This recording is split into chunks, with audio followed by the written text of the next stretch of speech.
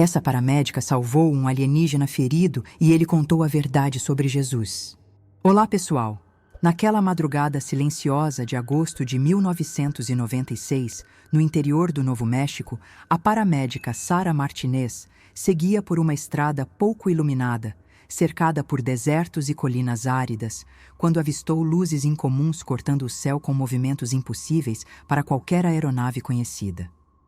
As luzes oscilavam em ângulos agudos, desapareciam e reapareciam como se desafiassem as leis da física. Pensando que fosse um efeito do cansaço, esfregou os olhos, mas o fenômeno persistia.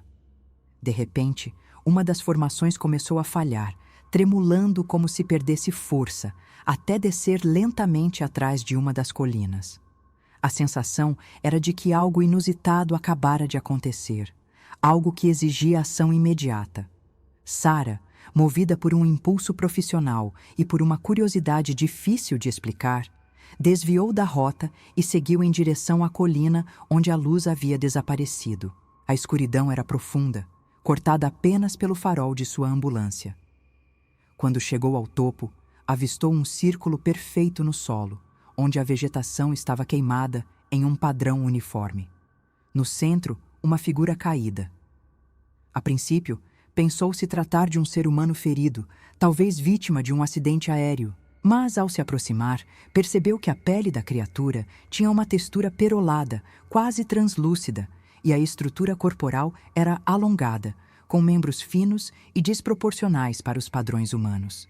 Tomada por uma mistura de receio e compaixão, Sara se ajoelhou ao lado do ser e tentou encontrar sinais vitais. Para sua surpresa, ele ainda respirava, embora de forma superficial. No momento em que encostou os dedos em seu pulso, os olhos da criatura se abriram lentamente. Eram grandes, intensamente luminosos, mas não provocavam medo.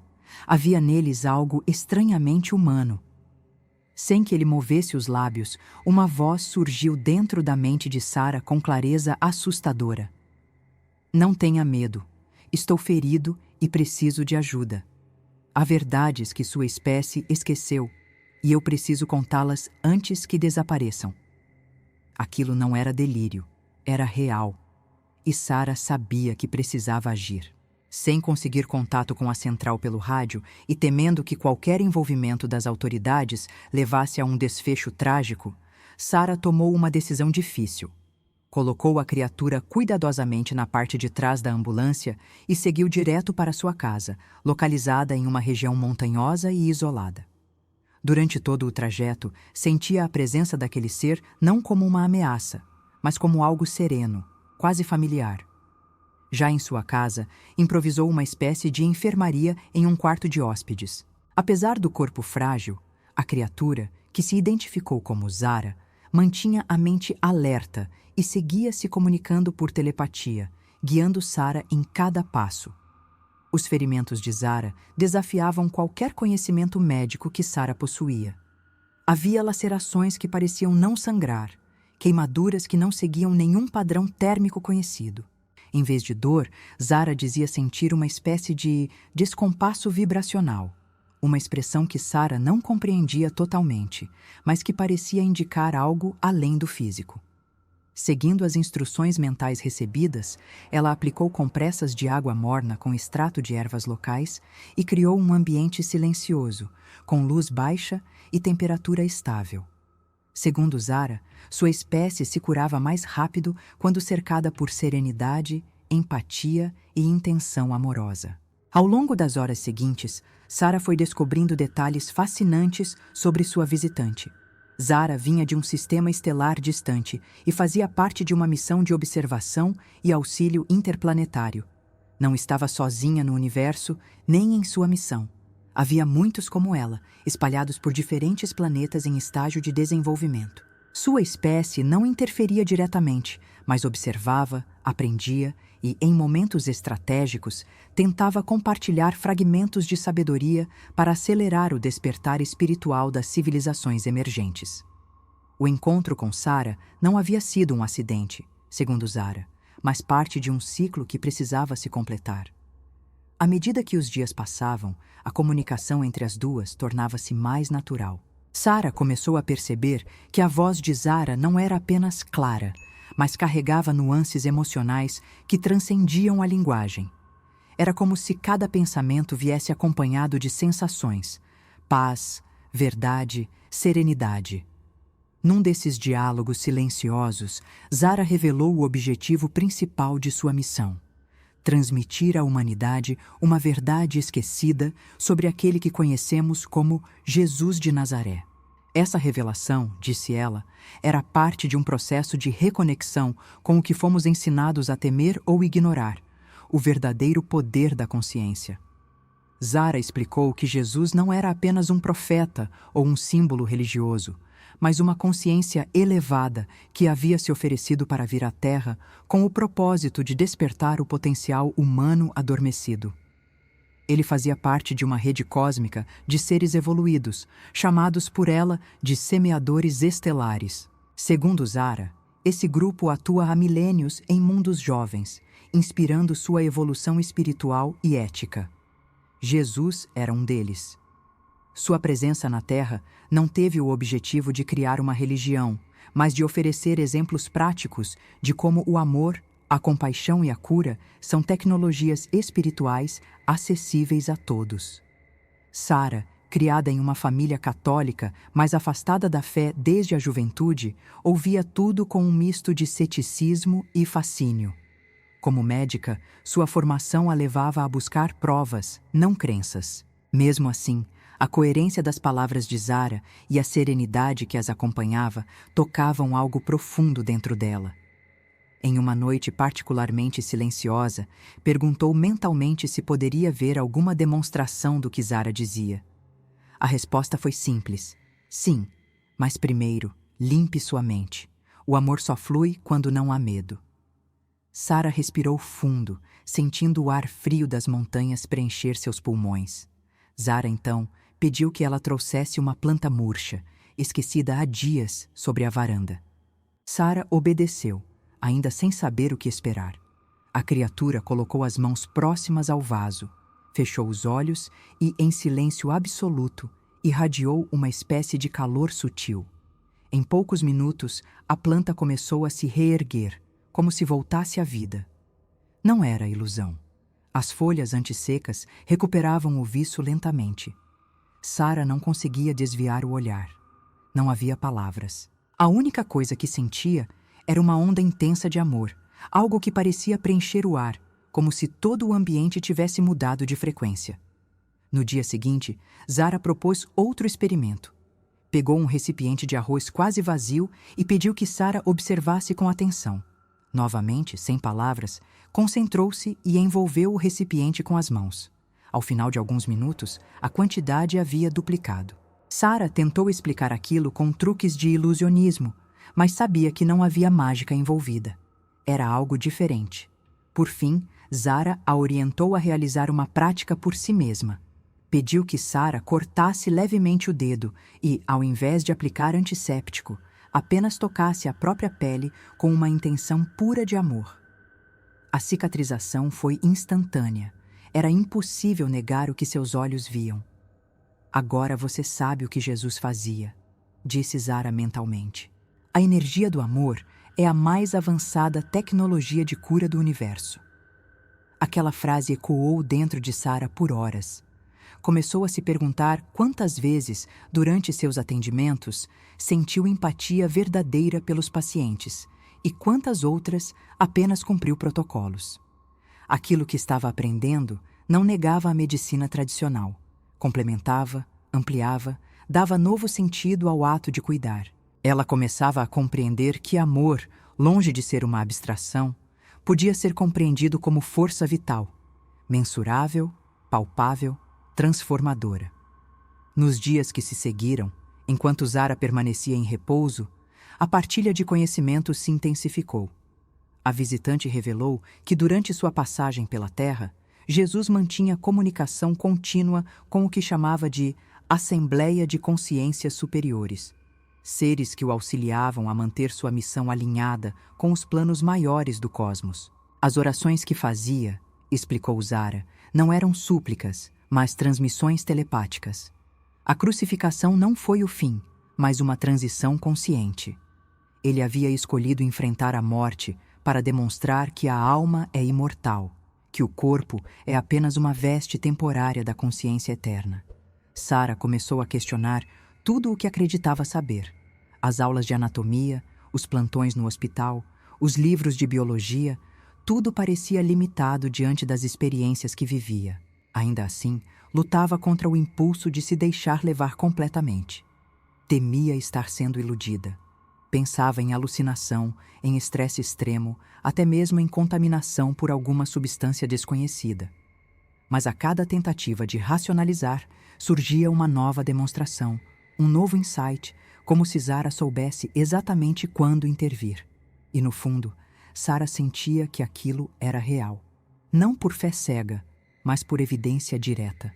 Mesmo sem entender todos os mecanismos, Sarah começava a aceitar que estava diante de algo que desafiava os limites da ciência, mas que não a negava. Ao contrário, ampliava sua visão. A ideia de que Jesus era um ser cósmico, um guia de civilizações, parecia inicialmente herética, mas agora se mostrava como uma possibilidade coerente com tudo que estava presenciando. Era como se as peças de um grande quebra-cabeça começassem a se encaixar, revelando um panorama maior, muito além das doutrinas e das explicações reducionistas. Era o início de uma nova compreensão, não só sobre Jesus, mas sobre a própria natureza humana. Foi então que Sarah, já mais fortalecida, revelou a Sarah um conceito que mudaria definitivamente sua percepção: o projeto Semente Estelar. Segundo ela, civilizações evoluídas enviam consciências avançadas para planetas em desenvolvimento como a Terra, com o objetivo de acelerar seu progresso espiritual. Esses emissários não vêm fundar religiões, mas semear ideias, exemplificar comportamentos e oferecer caminhos. Jesus, Buda, Krishna, todos fariam parte dessa mesma missão, embora adaptados à cultura de seus respectivos tempos e povos. O objetivo nunca foi criar adoração, mas inspirar transformação. E segundo Sarah, esse tempo de despertar havia chegado. Na manhã do 8º dia, o céu amanheceu limpo, mas havia algo diferente no ar, uma sensação de encerramento iminente. Sarah preparava uma infusão de ervas quando ouviu um som sutil, como um zumbido grave que parecia vir do interior da montanha. Sarah se levantou pela primeira vez com firmeza. Sua pele estava mais clara, o brilho nos olhos mais intenso. "Está na hora de partir", transmitiu. Sarah sentiu um aperto no peito. Sabia que aquele momento chegaria, mas não estava preparada para a despedida. Tentou perguntar o que viria depois, como poderia continuar com tudo aquilo sozinha. Sarah, com ternura, apenas respondeu: "Você não estará sozinha. Quando age com amor, todos nós agimos com você." Pouco depois, uma luz silenciosa desceu entre as montanhas. Não havia ruído mecânico, apenas um deslocamento do ar, como se o ambiente reconhecesse a presença de algo sagrado. Uma nave, de superfície translúcida e contornos variáveis, pairou a poucos metros do chão. Sarah permaneceu imóvel, tomada por uma reverência natural, como quem assiste a algo profundamente verdadeiro. Sarah caminhou até a entrada luminosa da nave, mas antes de cruzá-la, virou-se e deixou uma última mensagem, transmitida sem som. "Continue o trabalho, ensine sem palavras, cure com presença." Com um movimento suave, desapareceu na luz, que logo subiu e se dissipou no céu. Naquela noite, Sarah não dormiu. Sentou-se na varanda, envolta pelo frio cortante das montanhas, e ficou olhando as estrelas. Cada ponto no céu parecia agora um sinal, uma lembrança de que a terra não estava isolada. O silêncio que antes preenchia a solidão, agora era habitado por sentido. Não havia mais medo, apenas um profundo sentimento de responsabilidade. A experiência que vivera não era algo para ser proclamado aos 4 ventos, mas algo que deveria se traduzir em ações, presença e transformação. Naquela madrugada, percebeu que sua antiga identidade havia desaparecido. Ela não era mais apenas paramédica, era ponte era canal, era continuidade. Os meses seguintes trouxeram confirmações silenciosas. De volta ao hospital, Sara voltou à rotina de atendimentos, mas os efeitos eram diferentes. Pacientes sob seus cuidados apresentavam reações incomuns. Crianças choravam menos ao vê-la. Feridas cicatrizavam mais rápido. Ansiosos se acalmavam apenas com sua presença. Alguns médicos passaram a observá-la com curiosidade, outros com desconfiança. Mas Sara não explicava. Apenas agia com atenção, escuta e compaixão profunda. Cuidava como se cada paciente fosse a única pessoa no mundo naquele instante. E com o tempo, esse padrão passou a contagiar outros profissionais que intuitivamente começaram a imitá-la, sem saber exatamente por quê. Sara nunca revelou o que vivera, mas passou a receber, em momentos decisivos, orientações silenciosas, ideias claras, quase como intuições dirigidas. Em uma emergência, sabia exatamente o que fazer antes mesmo de ver os exames.